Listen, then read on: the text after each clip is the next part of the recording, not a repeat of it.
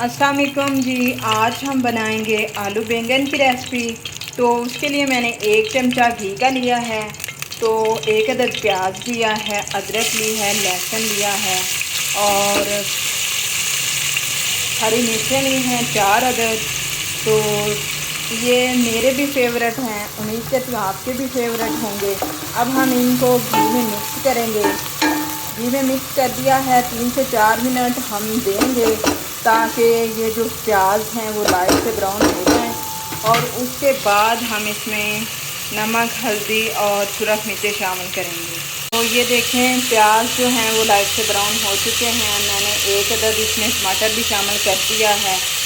अब मैं इसमें सुरख मिर्च शामिल करूँगी 1 टीस्पून और हल्दी शामिल करूँगी 1 टीस्पून और नमक शामिल करूँगी ½ टीस्पून।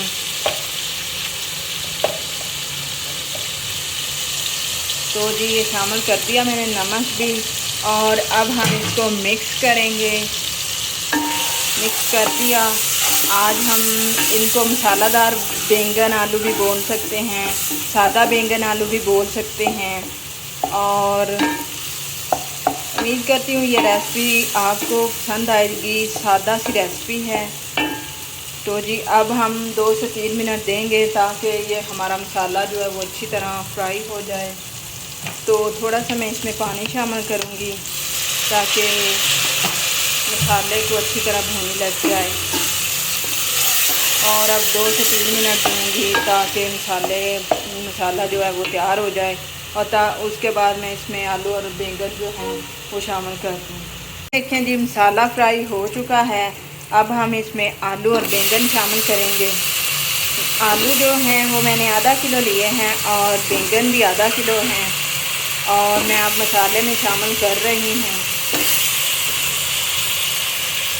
तो जी मसाले में शामिल कर दिए हैं आलू और बैंगन। अब हम इनको मिक्स करेंगे और मिक्स करने के बाद हम 4 से 5 मिनट देंगे तो ताकि हमारी जो आलू और बैंगन की रेसिपी है वो तैयार हो जाए।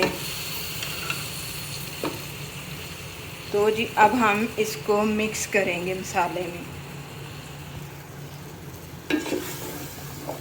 ये देखें जी मैंने आलू और बैंगन को मसाले में मिक्स कर दिया है। तो अब हम इसके ऊपर ढक्कन देंगे और पकाएंगे।